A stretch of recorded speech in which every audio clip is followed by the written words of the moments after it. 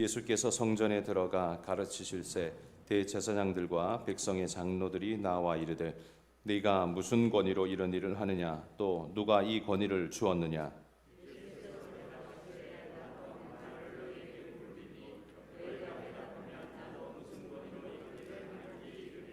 요한의 세례가 어디로부터 왔느냐 하늘로부터냐 사람으로부터냐. 그들이 서로 의논하여 이르되 만일 하늘로부터라 하면 어찌하여 그를 믿지 아니하였느냐 할 것이요.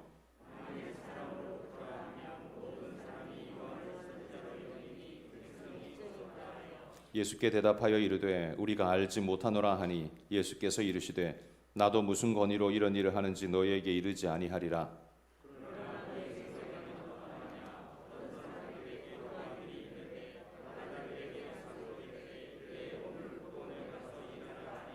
대답하여 이르되 아버지 가겠나이다 하더니 가지 아니하고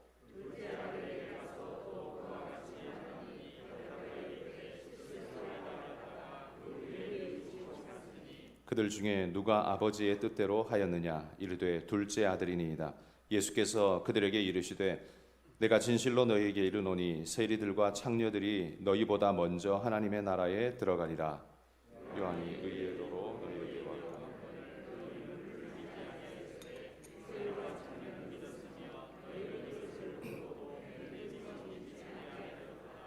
아멘. 주님의 고난주간 사건들을 따라가면서 십자가 제자가 따라야 할 길을 배워보고 있습니다. 지난 주일에 종려주일 설교를 통해서 고난주간을 위해 예루살렘에 입성하신 주님의 사건을 살펴봤고, 우리가 어제는 월요일에 행하셨던 무화과나무를 마르게 하셨던 그 사건의 의미를 살폈습니다. 오늘은 고난주간 화요일에 행하신 사건인 종교 지도자들과의 권위 논쟁의 사건을 살펴보도록 하겠습니다. 주님은 화요일에도 변함없이 성전에 올라서 백성들을 가르치셨습니다. 종려주일에 백성들의 그 열화와 같은 환호 속에서 입성하신 그 모습을 지켜본 대제사장과 백성의 지도자들은 위기의식을 많이 느꼈던 것 같습니다. 그런데 그런 주님이 성전에 오르시면 백성들이 구름대같이 모여서 그분 말씀 듣기를 즐거워하였습니다. 여기 성전에서 가르치시다라고 말하는데 23절에 보면 그렇게 시작하죠. 예수께서 성전에 들어가 가르치실새. 여기 성전에 들어갔다라고 말하는 이 성전은 우리가 아는 것처럼 성소나 지성소의 성전을 가리키는 건 아닙니다. 성전은 그 성소와 지성소의 성전과 더불어 그걸 감싸고 있는 뜰이 있습니다. 그걸 전체 다 그들은 성전이라, 거룩한 공간이라 그렇게 불렀습니다. 근데 이 뜰도 이분화가 되어 있습니다. 안뜰이 있고 바깥뜰이 있었습니다. 안뜰은 유대인들만 들어갈 수 있고 바깥뜰은 이방인들이 들어갈 수 있는, 이방인들이 거기서 볼 수 있는 그런 구역으로 이분화시켰다는 거죠. 사실 이방인의 뜰이라고 우리가 알고 있는 그 공간은 원래 성전을 지을 때 처음부터 있었던 공간은 절대 아닙니다. 왜냐하면 성전을 지을 초기 당시에는 이방인들이 거기에 함께 살지 않았기 때문에 이방인들을 위한 배려나 그들이 성전에 올 수 있는 공간을 만든다는 사실 자체는 그들에게 성전을 지을 때는 전혀 없었던 생각이었습니다.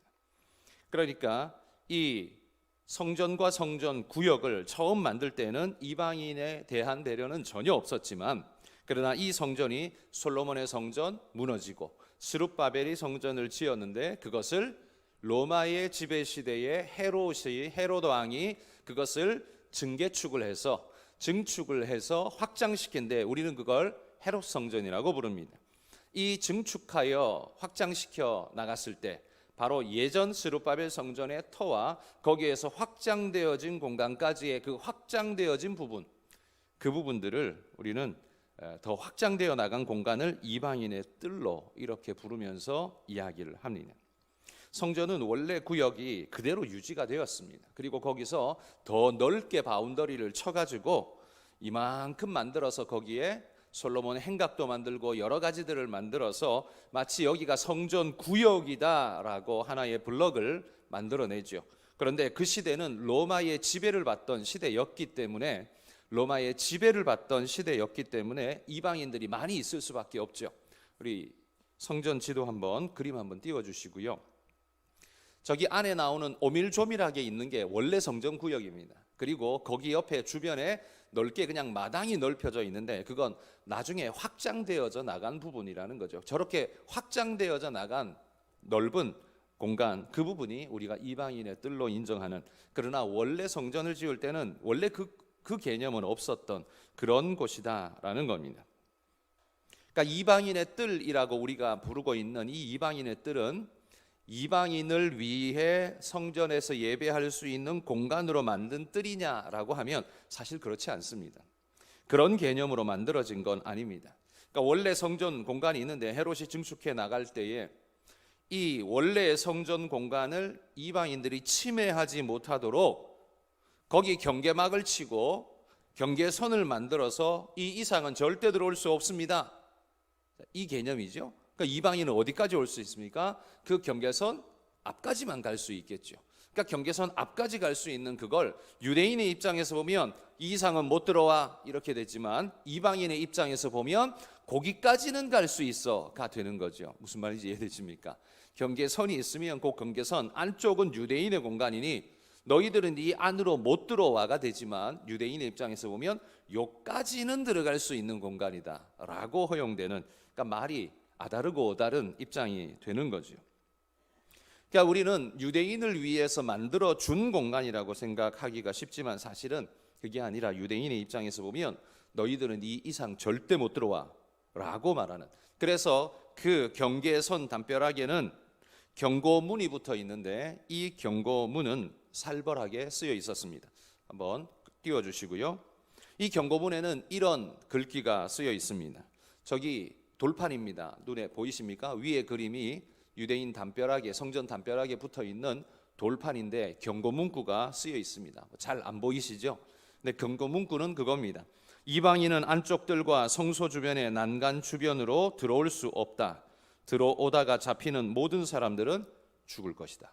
이런 경고문이 떡하니 붙어 있는 거죠. 그러니까 이건 이방인을 위해 예배하라고 만들어 준 공간, 그게 이방인의 뜰이 아니라 이방인의 지배 속에 있는 유대인의 입장이기 때문에 어쩔 수 없이 이방인들이 거기에 거닐 수밖에 없는데 그들로 하여금 성전에 침해하지 못하도록, 침범하지 못하도록 막기 위해서 경계선을 치고 거기 경고문을 붙여놓고 그 이상 못 들어온다라고 한 거예요. 그러니까 그 경계선 바깥 동네가 이방인의 뜰이 되는 겁니다. 그러니 우리가 생각한 것처럼 어떤 배려의 입장에서 만들어졌다라고 말할 수는 사실 없다는 거죠. 이방인들이, 로마인들이, 헬라인들이 예루살렘에 찾아왔을 때, 왜냐하면 식민지 상태이기 때문에 유대인들이 뭐 오라 말라 할 수가 없죠. 그러니까 그들이 왔을 때 와서 구경하러, 야 여기 성전이 있대. 그러니까 신전을 보고 싶은 사람들의 마음이 얼마나 굴뚝 같겠습니까? 어디로 가나 그게 관광 명소 1번일 것이기 때문에, 그래서 찾아오지만 그러기 때문에 유대인들은 불안을 느껴서 그 경계선 너머는 못 들어오도록 아예 막아둔 것이죠. 그리고 로마도 이것을 허락해 줬습니다. 이 안에 함부로 넘어 들어간 자는 죽여도 되는, 그러니까 그거를 허락을 해준 거죠. 그러니까 이방인의 뜰의 목적은 사실 이방인을 보호하기 위한, 이방인을 위한, 이방인의 예배를 위한 공간이라기보다는 유대인들이 성전의 경건성을 지키기 위해, 거룩성을 지키기 위해 만든 경계 울타리에 지나지 않는다, 그 바깥 이야기다라는 거죠. 그래서 그 바깥에서는요 많은 사람들이 모였고 거기에서는 많은 가르침들도 쏟아졌고 그래서 많은 사람들이 붐비는 공간이었습니다. 지금 예수님께서 백성을 가르치시는 것도 바로 이런 공간들을 주로 많이 활용하셨습니다. 주님의 복음 전파의 대상은 유대인에 국한되지 않고 유대인이든 이방인이든 모든 이들을 향한 메시지로 주님께서 선포하시고자 했다면 이 공간보다 좋은 공간이 없었다라는 거죠. 또한 그러하기에 가장 많은 사람들이 모일 수 있는 공간이기도 했죠. 그러니까 주님은 가장 많은 사람들이 유대인이든 혹은 이방인이든 복음의 말씀을 듣고 하나님을 온전히 예배하는 자가 되기를 바라셨다라는 사실입니다. 자, 그러자 23절에 보면 대제사장들과 백성의 장로들이 나와서 예수님께 항의합니다. 자, 여기 보면 대제사장들과 백성의 장로들이라고 말해서 둘 다 복수로 쓰고 있는데, 여기 대제사장들과라는 표현이 굉장히 어색한 표현입니다. 율법에 따르자면 이 표현은 불법적인 표현일 수밖에 없죠. 왜냐하면 대제사장들이라고 말하면 뭘 말하겠습니까? 현직 대제사장과 전직 대제사장이 여기 함께 포함되어 있는 거지 않습니까? 그러나 원래 대제사장 직제는 죽을 때까지 죽어야만 바뀌는 종신직이기 때문에 살아있는 사람이 대제사장이 복수가 될 수가 사실 없는 겁니다. 죽어야만 대제사장 직이 체인지가 되기 때문에 살아있는 대제사장은 사실 따지고 보면 한 사람일 수밖에 없는 거죠. 그런데 여기 복수가 쓰였다는 건 이건 시대의 아픔이었습니다. 이게 이렇게 변질된 건 이방인의 통치를 받으면서 생겨난 역사적 피해의 산물이라고 할 수 있고, 또 반면에는 그들의 탐욕스러운 결과라고 말할 수도 있습니다. 이 로마가 유대를 지배하기 전 헬라, 우리가 아는 그 헬라가 지배하는 동안 그 헬라의 왕국이 대제사장을 자기 마음대로 갈아치워 버렸습니다. 아직 살아있는데도 불구하고 마음대로 갈아치워 버렸고, 이게 가능해지면서 권력의 눈이 먼 이 대제사장 될 수 있는 제사장의 무리들 중에 눈이 먼 자들이 돈을 가지고 가서 그들에게 상납하면서 자기를 대제사장의 자리에 세워줄 것을 매매를 하게 됩니다. 그러니 이방인의 지도자의 입장에서는 어차피 누가 해도 할 거 돈 받고 세워주면 자기한테 굉장히 유리하기 때문에, 그리고 자기가 세웠다라는 이름이 세워지기 때문에 컨트롤하기가 굉장히 쉬워지겠죠. 그리고 대제사장의 자리를 오르고 싶은 자는 돈을 주고서라도 그렇게 하고 싶은 마음이 생기는 겁니다. 이게 그냥 단순한 명예만 있는 게 아니었습니다. 대제사장에는 굉장한 권한이 주어지는데, 나라가 망하고 난 다음에 그 나라의 대표성은 오로지 대제사장만 가지고 있었고, 대제사장은 현실적으로 백성의 모든 영적인 것만 통제하는 게 아니라 특별히 성전 안에는 왕도 영향을 미칠 수 없고 그 누구도 미칠 수 없고 오직 대제사장의 유일한 관할 구역이었습니다. 이 대제사장의 유일한 관할 구역인 성전 안에 들어오려면 대제사장의 허락이 필요하고, 사람만 들어가는 게 아니라 재물도 들어가고 여러 가지 물건들이 들어가지요. 그것을 통할하는 자가 대제사장, 허락받지 않으면 못 들어온다는 거죠. 성전 안에서 얼마나 많은 양과 염소와 소가 제물로 잡혀집니까? 그 성전의 제물을 정하다 부정하다라고 도장 찍어줄 수 있는 사람이 대제사장에게 권한이 있는 거죠.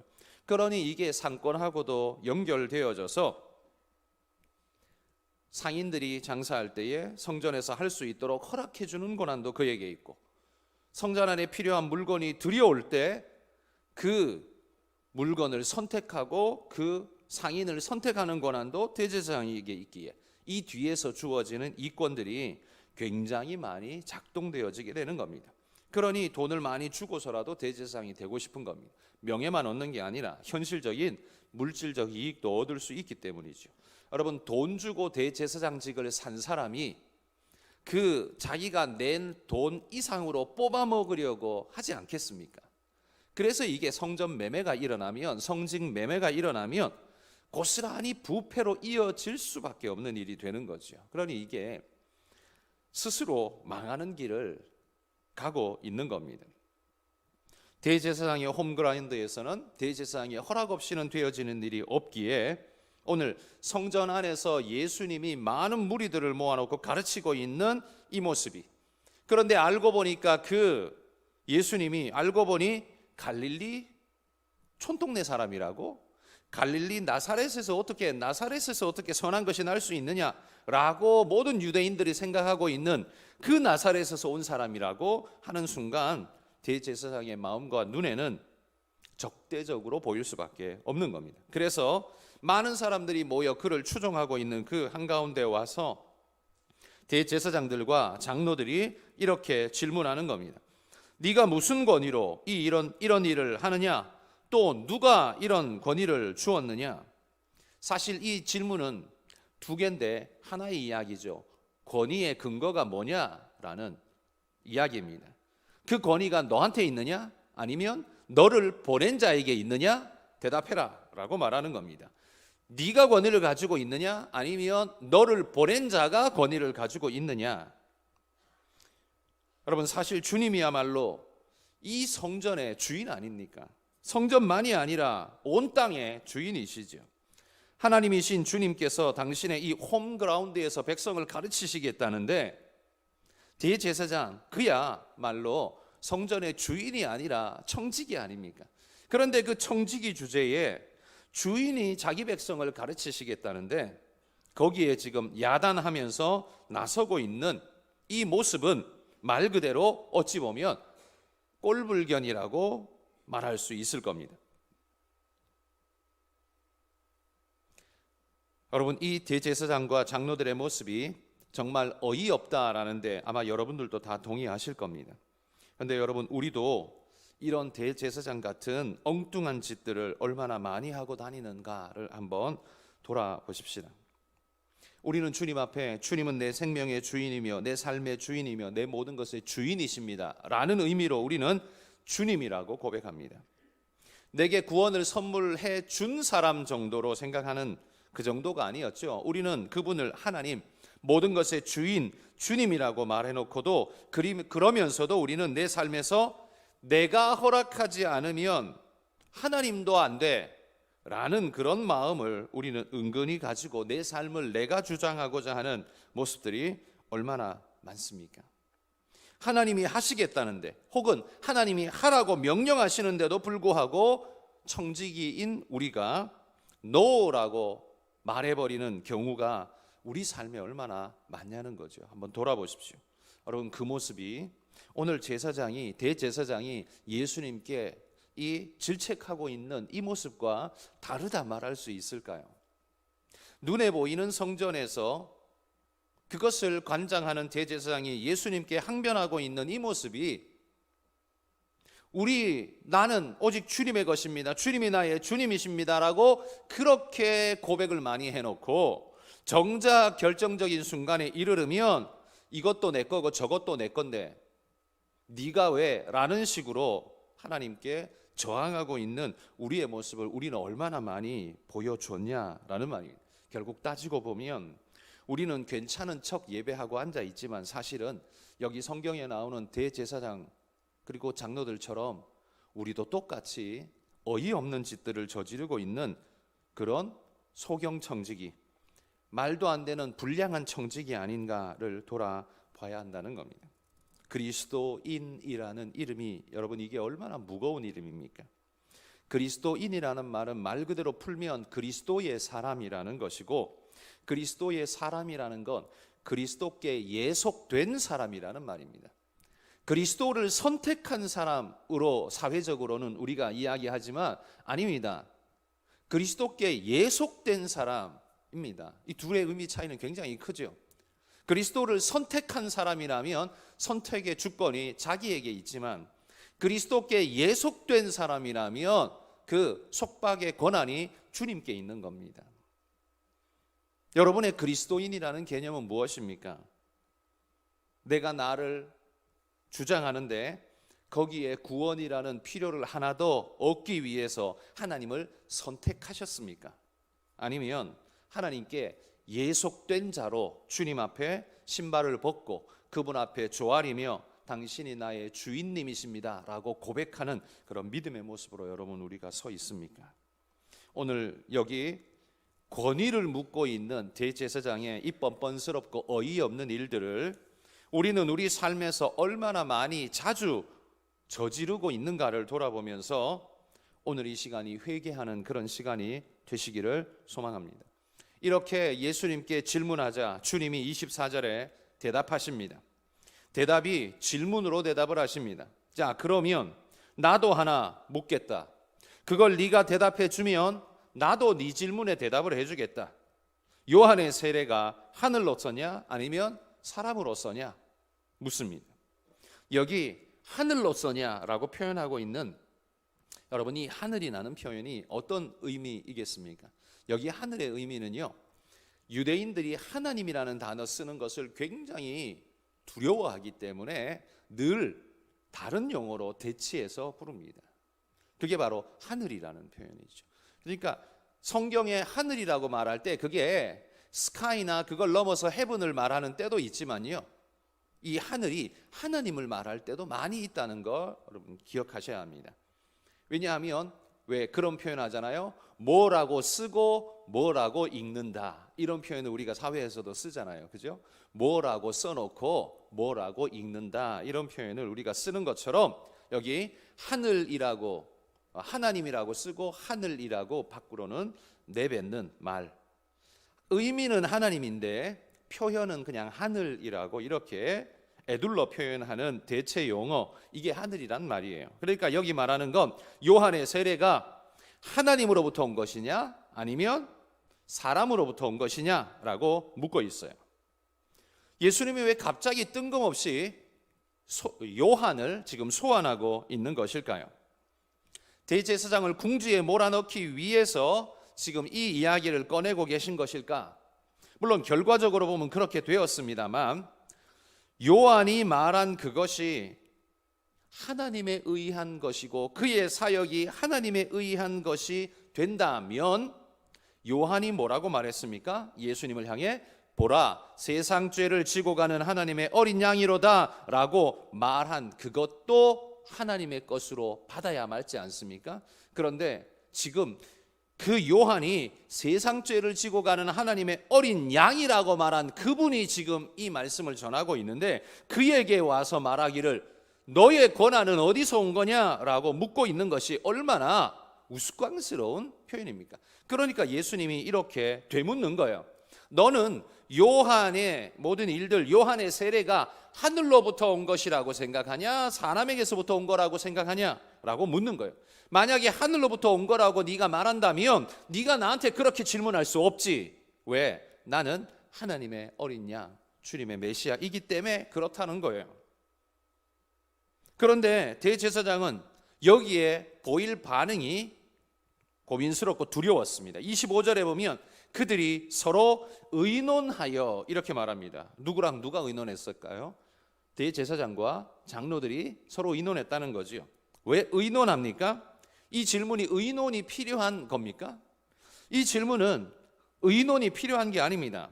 이건 너는 어떻게 믿느냐라고 개인에게 물은 거예요. 그렇다면 자기 생각을 대답하면 됩니다. 그런데 그걸 의논한다라는 것 자체가 뭘 말하냐면, 예수님은 진리에 대한 질문을 했는데 그들은 지금 정치적으로 이 문제를 풀어가고자 한다라는 거예요. 의논을 왜 합니까?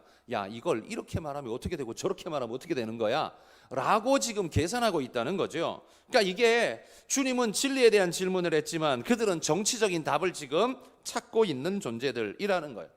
진리를 진리로 답할 수 없는 존재라는 말입니다. 한마디로 말해 진리로 물었지만 진리로 답할 수 없고 그걸 정치적으로 풀어내야 하는 존재들, 그게 지금 대제사장과 장로들이라는 겁니다.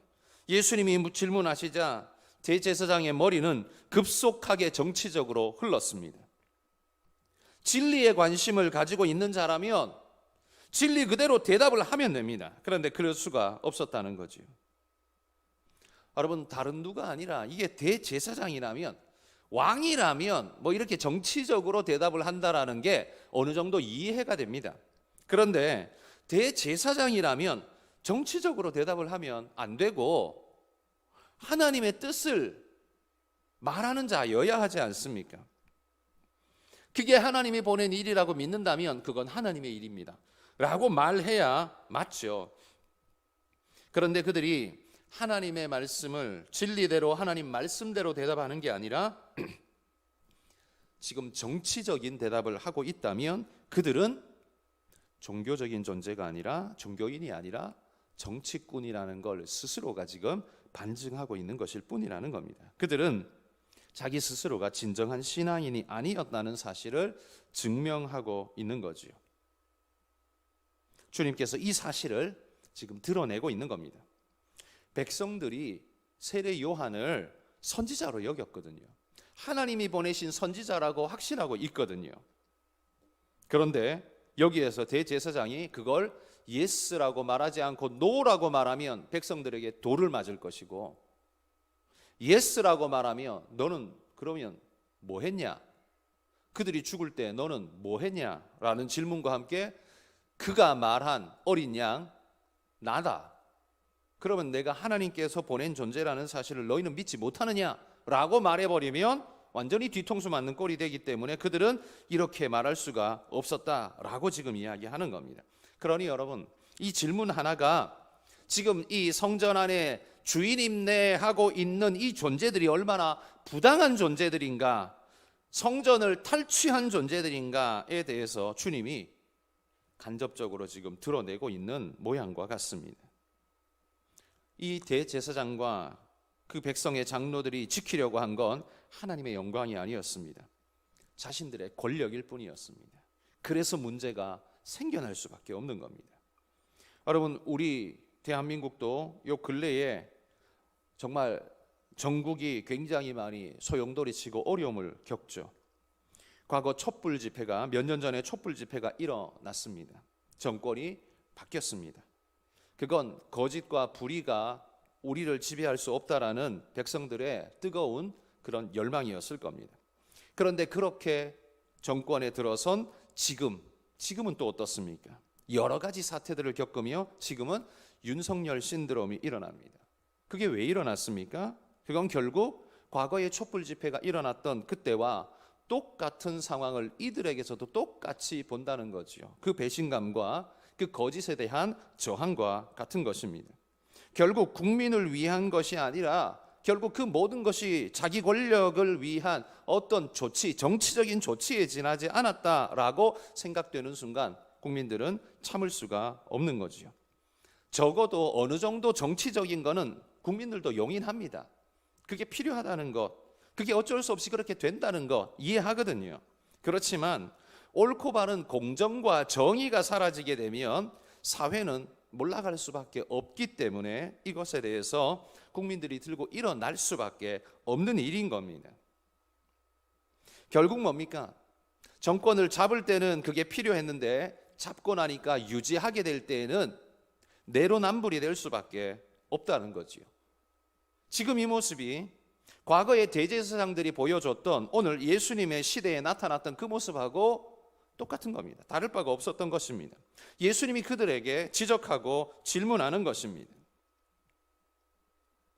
자기 이속을 향한, 자기 유지를 향해 진리를 진리로 대답해야 할 순간에, 정의를 정의로 대답해야 될 순간에 그걸 대답하지 못하면 뭐가 됩니까? 정치적인 대답으로 흘러가다 보면 진리가 왜곡되고 거짓으로 흘러갈 수밖에 없는 겁니다. 바로 거기에서 용기가 필요한 겁니다. 저는 이런 생각을 해봅니다. 조국 사태가 일어났을 때 그들이 정말 공평과 정의에 따라서, 진리에 따라서 행동했더라면 그들은 지금 이런 고통을 당하지 않을 겁니다. 이렇게 추락이라는 걸 경험하지 않고 오히려 더 지지를 받았을지도 모를 겁니다. 그런데 바로 그 순간 그들이 계획하고 생각한 것들과 다르게 흘러가는 현실에 대한 두려움이 그들을 많게 만들었죠. 정직과 정의가 그들의 중심이 되지 못한 것은 결국 그렇게 될 수밖에 없다는 걸 우리는 우리의 삶 속에서 수도 없이 봅니다. 이때 대제사장과 장로들도 마찬가지였습니다. 하나님의 진리 말씀을 진리 그대로 고백해야 되는데 그러지 못했습니다. 왜? 그랬다가는 자기가 위태로워질 것 같으니까요. 두려움이죠. 그런데 정작 대제사장이라면 그런 두려움이 있어도 그게 하나님의 뜻이라면 그 길을 가겠습니다라고 정직하게 그 순간 이야기하고 내어놓는다면 오히려 백성들로부터 더 칭송을 받을 수 있는 기회가 될 것입니다. 그런데 대제사장과 이 백성의 장로들은 뭐라고 말합니까? 모른다라는 말로 정치적 답변으로 넘어가 버립니다. 그 다음 순간은 뭐가 될까요?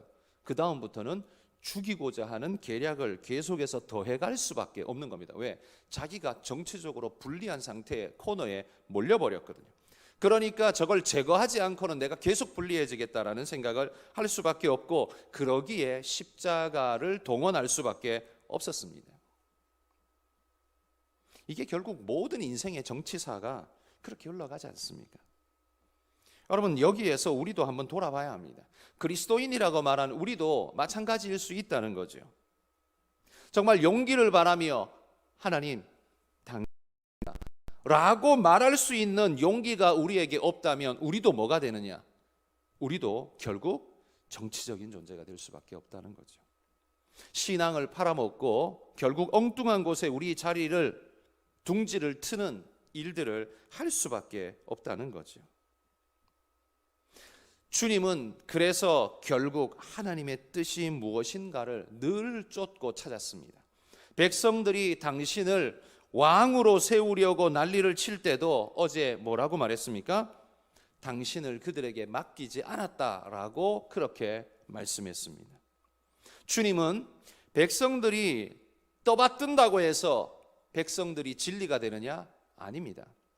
하나님이 진리가 되고 백성들은 지금 그들의 먹을 것과 이 속에 따라서 이야기하고 있는 걸 주님 아셨습니다.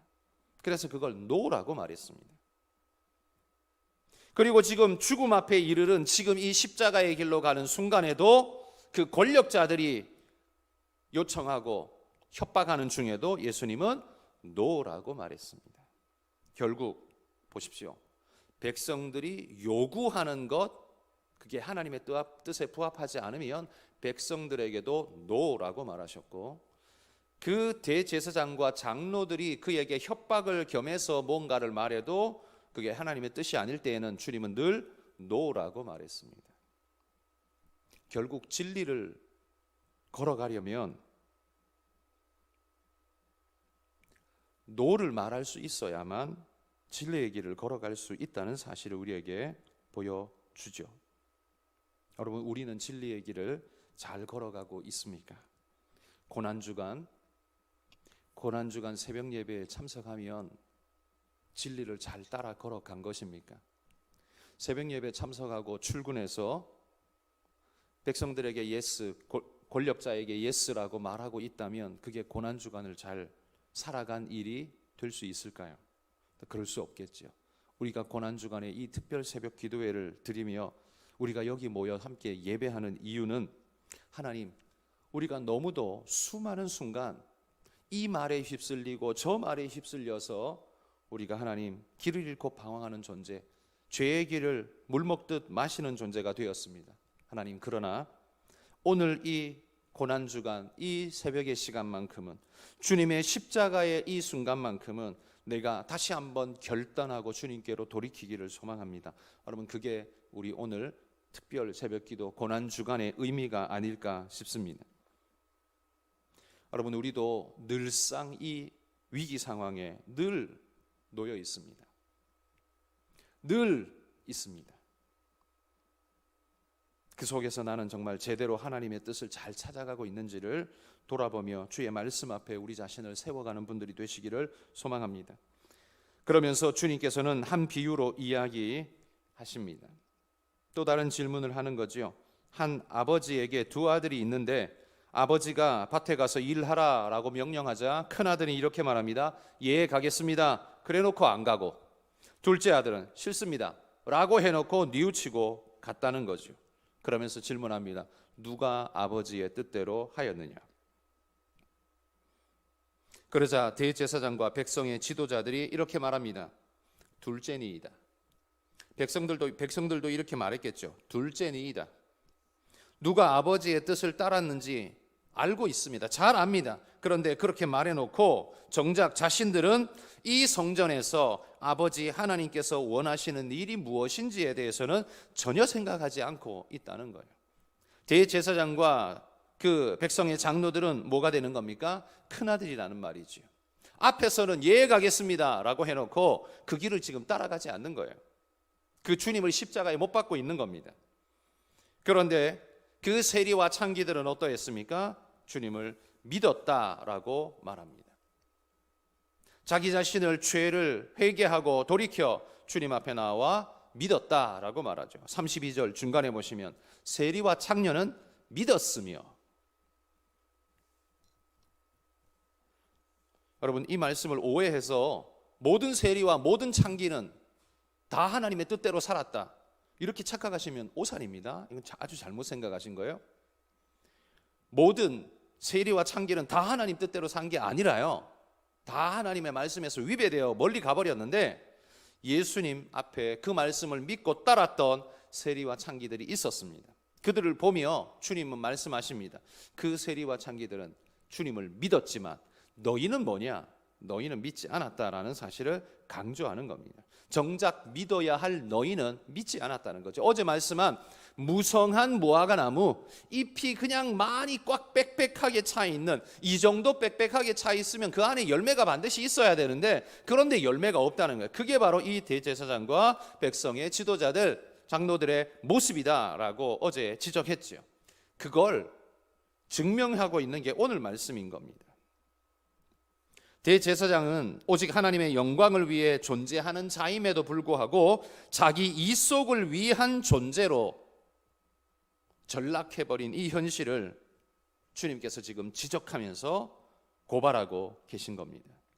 여러분, 이 말씀을 우리가 왜 고난주간에 보아야 할까요? 이 질문은 우리에게 다른 질문으로 던지자면 오늘 설교의 제목인 겁니다. 주님이 우리에게 이렇게 묻는 겁니다. 누가 십자가를 질 수 있는가? 누가 져야 합니까? 원래는 그 대제사장이 1번으로 져야 하는 일인데 지금 대제사장이 어떻습니까? 지기는 뭘 져요? 오히려 십자가를 예수님께 매달아 버리는 거죠. 이 대제사장은 결단코 십자가를 질 수 없는, 아니 지지 않는 그런 존재였다는 겁니다. 그러면 그런 현실, 이런 현실 지적으로 주님 말씀은 끝을 맺느냐? 아니죠. 주님 이 말씀을 읽고 있는 우리에게 똑같이 질문하시는 겁니다. 이 십자가를 정작 가장 정확하게 읽고 보고 져야 할 대제사장, 그들은 거부했다. 그러면 누가 나와 함께 십자가를 질 수 있겠는가? 여러분, 이게 오늘의 질문 아니겠습니까? 고난주간을 보내는 우리에게 주님이 던지시는 질문이 이것 아니겠습니까? 누가 나와 함께 십자가를 질 수 있겠는가? 누가 지겠습니까? 명백한 사실은 자기 이속을 먼저 생각하는 자는 결단코 주님과 함께 십자가 질 수 없다는 걸 대제사장이 증명해 주고 있습니다. 여러분, 그리스도인도 마찬가지죠. 우리 자신을 늘 돌아봐야 합니다. 대제사장과 그 시대 백성의 지도자들, 우리는 성경을 읽으면서 손가락질하지만 그 일들도요, 예수님 시대에 유대인들도 했어요. 예수님 뭐라 그랬습니까? 너희들, 우리가 조상적에 있었으면 우리가 그 선지자들을 죽이는 일에 우리는 가담하지 않았을 것이다, 그렇게 말하는 너희들, 그러면서 예수님이 그들을 지적했거든요. 근데 지금 오늘 이 시대에 우리는 어떻습니까? 우리도 예수님 시대에 있었으면 우리는 절대로 예수님을 십자가에 못 박지 않았을 것이야 라고 우리는 지금 소리치지만 정말 그랬을까요? 오늘 우리가 내 삶의 속에서 주님을 주님으로 모시고 십자가 지고 있지 않다면, 우리도 2000년 전에 태어났다라면 주님을 십자가에 못 박는 그 무리들 속에 하나로 우리가 여전히 있을지도 모른다는 사실을 두려움으로 여겨야 한다는 거죠. 자기 이속을 생각하면 결단코 주님과 함께 십자가 지지 못합니다. 왜? 우리가 이속이라고 말할 때요, 완벽한 이속, 잘못된 어떤 게 있고 정당한 어떤 게 있는데요, 문제는 언제나 어디에서 일어나냐 하면 중간에 있는 요거, 해석하기 나름인 요거, 여기서 문제가 납니다. 우리가 누군가를 지적할 때 정말 해서는 안 되는 일을 하는 사람을 지적하는 건 누구나 하고 당연한 일입니다. 그런데 문제가 언제나 어디서 일어나냐면 요 경계선이 어디냐인 거죠. 그 일을 당하는 사람은 요 경계선을 조금 더 밀어내고 싶고, 그래서 요까지는 나는 할 수 있는 거 아니야? 라고 생각하고 싶고, 그리고 남들은, 그를 지적하는 남들은 이 경계선을 이만큼 땡겨와서 이만큼은 절대 하면 안 되지 라고 경계선을 이만큼 땡겨와서 지적을 하는 겁니다. 그러니까 그 사이에 있는 요 간극에서 늘 문제가 벌어진다는 거죠. 거기서 문제가 일어납니다. 자기는 요걸 이렇게 밀어내서 요까지는 해도 되는 거 아니야? 라고 해석을 만들고, 지적하는 사람은 이걸 이만큼 땡겨와서 절대 안 되지 라고 오기 때문에 거기서 문제가 늘 생긴다는 거죠. 그러니까 이걸 어떻게 해석하느냐가 늘 우리의 문제입니다. 그렇기 때문에 내 입장에서 생각하면 밀어냈다가 이게 남의 일이면 땡겼다가 늘 우리는 이 사이에서 왔다리 갔다리 합니다. 그래서 문제가 생기는 거죠. 여러분, 자기 이속을 먼저 생각하면 늘 참 어려움이 발생합니다. 그리고 그게 어디다가 선을 맞춰야 되는지도 참 어렵습니다. 그렇지 않습니까? 지적하고 있는 나도 여전히 이걸 밀고 당기고 있고, 이 지적을 당하고 있는 그도 역시 이걸 밀고 당기고 있습니다. 어떻게 해야 되겠습니까? 참 어려운 문제입니다. 그러기에 여러분, 늘 우리 자신을 돌아보면서 그리스도인은 집착하게 되지 않도록 늘 애를 써야 합니다. 집착. 가장 대표적인 건 우리가 먹고 사는 문제, 생계에 집착하게 되면, 생계는 중요한 일이죠. 우리에게 생업은 중요한 일입니다. 그건 잘못된 것도 아니고 하나님이 우리에게 주신 사명이기도 하기 때문에 우리는 애를 써야 합니다. 그런데 집착은 좀 다른 이야기죠. 사랑과 집착이 다르듯이 돈벌이에 집착하게 되면 어떤 일이 벌어집니까? 그러면 여기 말하는 대제사장이 되는 겁니다. 대제사장이 달리 대제사장이 아니라, 여기 예수님을 십자가에 못 박는데 제일 앞장선 대제사장은 자기 권력과 자기 자리에 집착한 자가 될 때 그렇게 될 수밖에 없었습니다. 그렇게 되면 십자가 질 수 없는 것입니다. 나는 목사가 아니고 성도니까 십자가 안 져도 된다. 여러분, 그런 건 아니지 않습니까? 모두에게, 성도라면 모두에게 주어져 있는 질문이 십자가를 나와 함께 지겠느냐라는 주님의 명령이라는 사실을 우리는 잃어버려서는 안 될 것입니다. 그 모든 건 그리스도인의 몫이라는 거죠. 주님께서 겟세마네 동산에서 하셨던 이 말씀 우리가 기억했으면 합니다. 너희가 나와 함께 한시도 깨어 있을 수 없더냐. 그 안타까운 외침, 우리가 집착하는 순간에 이 말씀을 기억하고, 우리가 욕심에 치우쳐버리는 순간에 우리가 이 말씀을 우리 귓전에 울려대는 주님의 음성을 들어야 할 것입니다. 집착하지 말자. 정말 힘겨운 질문이면 주제이지만 여러분, 우리가 이 사실을 마음에 새기면서 애써 노력하시는 분들이 되시기를 소망합니다. 또한 하나님의 뜻에 집중하지 않아도 십자가 질 수 없습니다. 첫 번째는 뭐라 그랬습니까? 자기 이 속에 빠지면 십자가 질 수 없다 그랬습니다. 두 번째는 하나님의 뜻에 집중하지 않으면 십자가 질 수 없습니다. 대제사장과 백성의 지도자들이 여러분 처음부터 이렇게 악독한 길을 가겠다고 마음먹고 들어선 사람들일까요? 아닐 겁니다. 우리가 정치권에 막 욕을 하지만 그들이 선거하는 날 정말 그런 악을 저지르겠다는 마음을 먹고서부터 그렇게 시작했을까요? 뭐 그런 사람이 있을 수도 있지만 아마 많은 부분 아닐 거라고 생각합니다. 처음에는 잘해보려는 마음으로 그렇게 시작했을 거라고 생각합니다. 근데 살아가다가 길을 잃고 마는 거죠. 유혹이 그들의 삶의 이정표를, 가야 할 길의 이정표를 자꾸만 몰래 바꿔 놓는 거죠. 그게 사탄이 하는 일 아닙니까? 그런데 그걸 우리가 아무 생각 없이 따라가 버리니까 결국 한참 가다 보니까 여기가 어디지? 라는 상황이 벌어지게 되지 않습니까? 여러분, 신앙도 마찬가지입니다. 은혜 받은 처음에는 누구나 다 순교자감입니다. 정말 은혜 받을 때는요, 다 순교할 만한 믿음의 모습을 보여주는 사람 같아 보입니다. 대단한 열정도 보여줍니다. 그런데 살아가다 보면 사탄이 우리의 가야 할 이정표의 길을 1도씩 손가락으로 밀어내가지고 방향을 자꾸 틀어놓습니다. 이정표가 이를 가리키는데 이걸 자꾸 밀어내는 거죠. 1도씩 틀어가지고 자꾸 엉뚱한 방향으로 틀어지도록 만드는 거죠. 그런데 중요한 건 사탄은 늘 그 일을 해요. 그런데 우리가 이게 틀어졌는지를 분간해야 되는데 틀어졌는지를 분간을 못하면 어떻게 해요? 거기에 그냥 놀아날 수밖에 없는 거죠. 그래서 가장 복된 자는 이런 방향 전환을 초장에 간파하고 그 사탄의 모든 괴계를 물리치면서 사탄아 물러가라 외치는 자가 바로 가장 복된 자일 겁니다. 그 다음에 복된 자는 이정표가 틀어져서 내가 이게 지금 잘못 가고 있는 것 같은데 라고 깨닫고 회개하고 빨리 돌이켜서 이정표를 수정하고 말씀의 기준 위에 다시 바르게 세우는 자들일 겁니다. 이게 바로 세리와 창기들로 대변되는 존재들이죠. 그리고 가장 어리석은 자는 자기가 가야 할 인생의 이정표가 사탄에 의해서 완전히 비틀어졌는데도 불구하고 끝까지 모르고 계속 가고 있는 존재들, 누구겠습니까? 대제사장과 여기 백성의 장로들, 그들인 겁니다. 자기들은 성전 안에서 뭐 잘하고 있는 줄 알아요. 근데 지금 주님께로부터 질책을 당할 수밖에 없는 존재입니다.